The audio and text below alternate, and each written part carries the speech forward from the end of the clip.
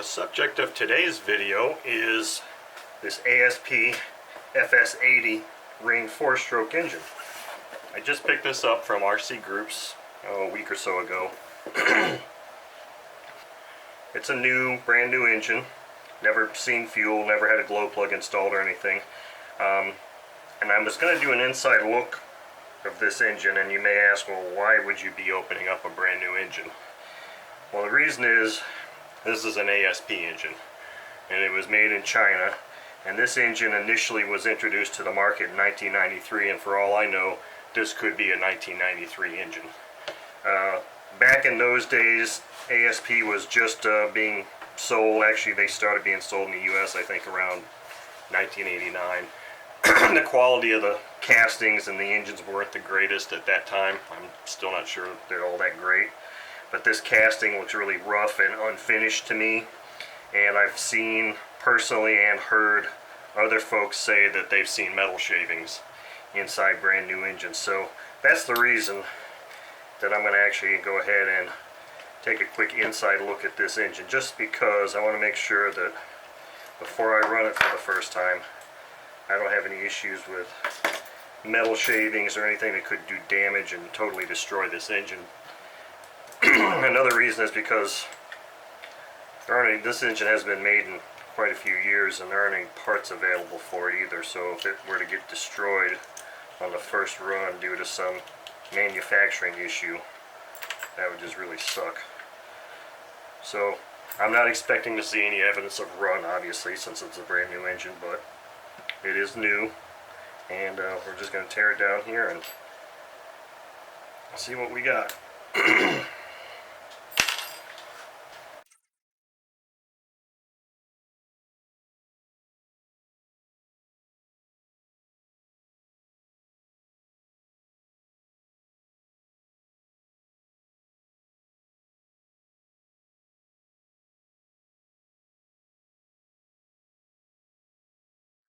There's nothing in the instructions or a little bit of paperwork there is there that says anything about that throttle setting. So this gasket is gone.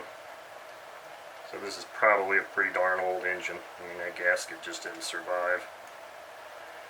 So we'll have to come up with an alternative means to that, unfortunately. I just use Permatex gasket maker.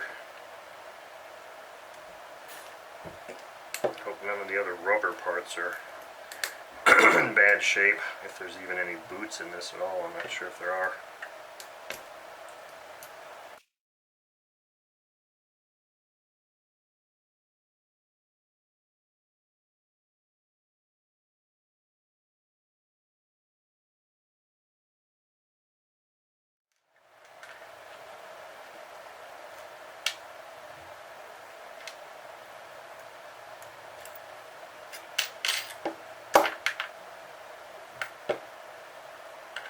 Okay, well, obviously, new engine, never been run. Look at the size of those valves. Pretty big valves.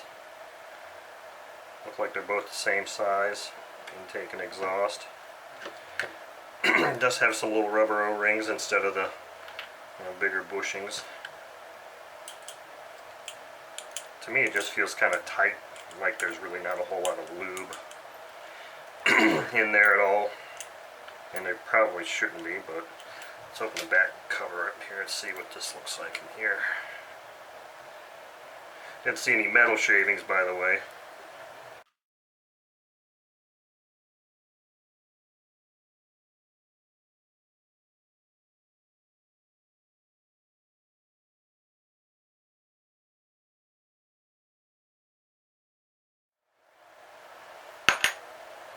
Oh, that's kind of ugly looking.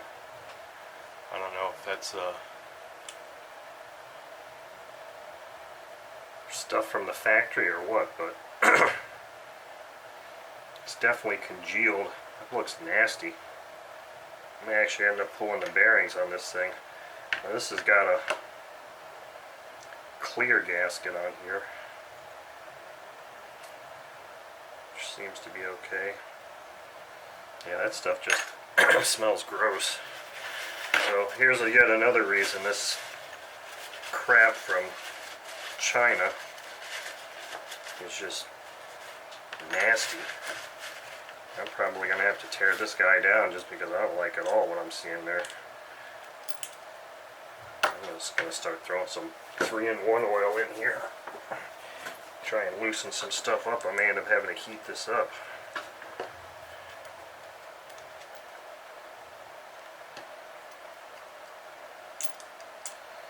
I don't know if this sleeve is going to come out.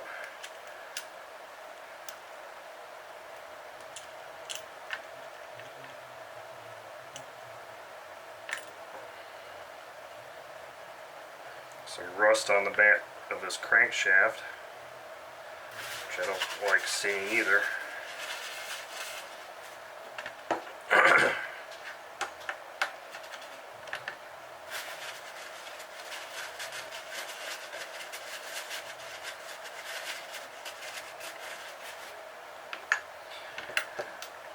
Let's see what the inside of this thing looks like.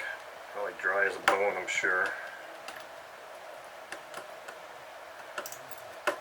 I hate to think that I have to put new bearings in this engine right out of the box. Now, I'm not saying this engine wouldn't have been fine to just fuel up and run, because it probably would have been. That stuff would have just burned off, I'm sure. Oof, gosh, that bearing looks pretty bad too.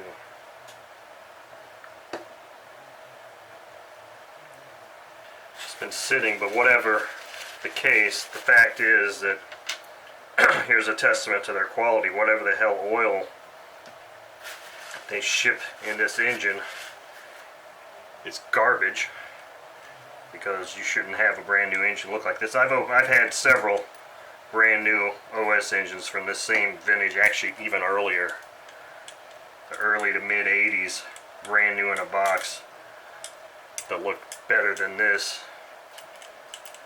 And the oil they use actually preserved the parts, and you wouldn't see this kind of evidence of rust and varnish crap like that. So this is why I'm opening up a brand new ASP engine, because it doesn't meet standards, at least not mine.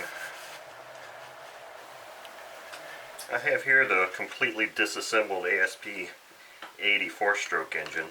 I was able to get the crankshaft and bearings out. Turns out that after a little more closer inspection, especially of the head, I think when I showed this head initially, you could tell that there were slightly different colors between the two valves. So I went ahead and I didn't videotape it, but I did pull these valves, and it appears that I do not have a new in the box engine. My estimation is it looks like this engine had actually been run one time, which is what the result of that, what I was accusing the manufacturer's bad oil of gumming up these parts. It actually looks like this engine had been run once. Now, it was sold to me as a new in box engine, and by all practical purposes it did look new to me. It didn't smell like it had ever been run at all. So I kind of incorrectly assumed that the reason things were stuck was because the manufacturer in China used poor tooling oil as the final storage medium, and that would appear to be an incorrect assumption, especially after looking at those grooves on the crankshaft a little bit more. If I run my fingernail in there, there's still some gummy stuff in there that should not be present after manufacture. So it appears that instead of having an actually new in the box engine, I do have an engine that I estimate had one run on it. I mean, the valve stem of the exhaust valve was just a slightly different color. It was just a slight gold, and I was able to actually clean it off, and that's what really told me that this engine had been run. However, the bearings are still horrible. I mean, these are cheap bearings. They were making noise, and they've just been sitting too long. I mean, this front one is really rough. So I did order some new bearings, so I won't be able to reassemble this engine right now. But I mean, I did take it apart. I was able to get it out, get apart. The piston pin, which is one of the things about this style of engine, is that the OS engines and any clones is you have to, but before you can get the piston out, you can't just pull it out of the crankshaft. You got to pull the sleeve out, and then you have to align the piston with this hole in the crankcase. And there's usually a Teflon piece in there that will keep this pin from scoring up the piston. And then you have to try and get something in there to pull out. Well, what I had was a deck screw, and I just kind of screwed it in there pretty tight. And I had to use quite a bit of heat, and I was able to extract it like this. Now, it was because it had been run that one time that I had to heat this thing up quite a bit to actually get this pin to come out. But that's how I actually managed to get this pin out. I had this big screw that I used.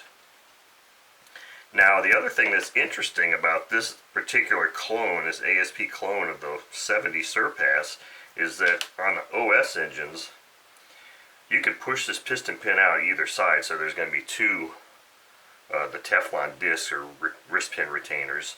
But on this engine, I noticed they actually have this end is smaller. The hole on this side of the piston is smaller, so this pin can only come out one direction, which is a nice thing because on the OS engines, if you start to try and screw something in there and the piston pin is free enough to move, it can actually rotate or move this way, and while it's in the cylinder still like that, and you got that pin coming out that way, if you can't get it and grab it and pull it this way, then you got to find some means to get in there and push it back in this way, which is kind of very difficult, I found. But with this design, with this side, the hole smaller, you can't do that. So therefore, it also doesn't need that Teflon disc on this side because the piston wrist pin can never push through and touch the cylinder sleeve. So that is one thing that I will say kudos to ASP for actually changing that in their design. Now, I noticed that this has got some scoring, some marks on the piston head is below the ring, which I'm really not too concerned about, but it's just odd. But I wanted to bring you up to speed on the fact that this is not a new in the box engine. I believe it had one run on it, a very short run, and then it was put away, and it was put away without being oiled at all. But like I said, the parts didn't smell like they had ever been run or anything. The only bearings I'm replacing are the crankshaft bearings. These bearings on the camshaft are fine and they still spin freely, so I'm not too concerned about that. But I will begin the reassembly of this engine once I get the bearings in.